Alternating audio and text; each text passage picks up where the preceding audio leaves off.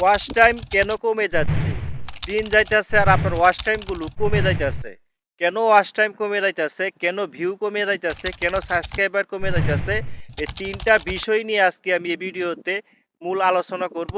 আপনারা ধৈর্য সহকারে ভিডিওটা দেখবেন, মনোযোগ দিয়ে কথা শুনবেন।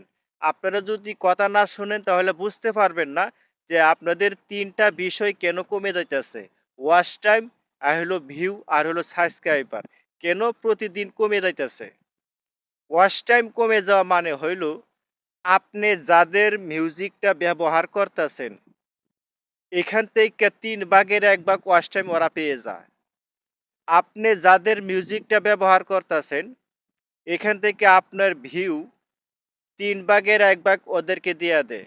এখন আসেন আপনার ইনকামের প্রশ্ন আসেন, ইনকামের বিষয়ে আসেন। এখন আপনি যদি একটা ভিডিওতে ধরেন $১ কামাই করেছেন অথবা $৩ কামাই করেছেন। এখান থেকে ২ ভাগের ৩ ভাগের ১ ভাগ যাদের মিউজিকটা তাদেরকে অটোমেটিক ইউটিউব কোম্পানি দিয়ে দিবে।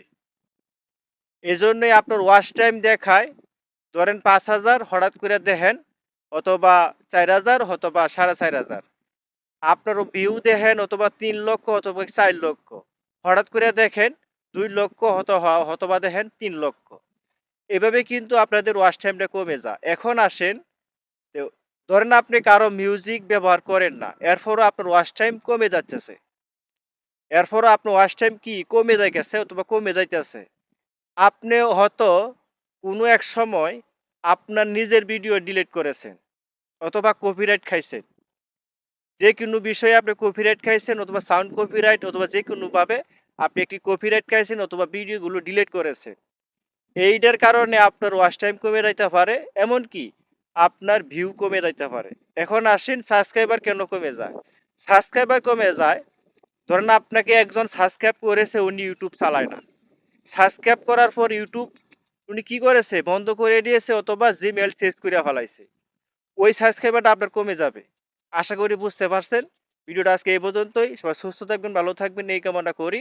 ভিডিওটা ভালো লাগলে একটি লাইক করে, একটি কমেন্ট করে, একটি সাবস্ক্রাইব করে আমাদের পাশে থাকবেন। সবাইকে অসংখ্য ধন্যবাদ।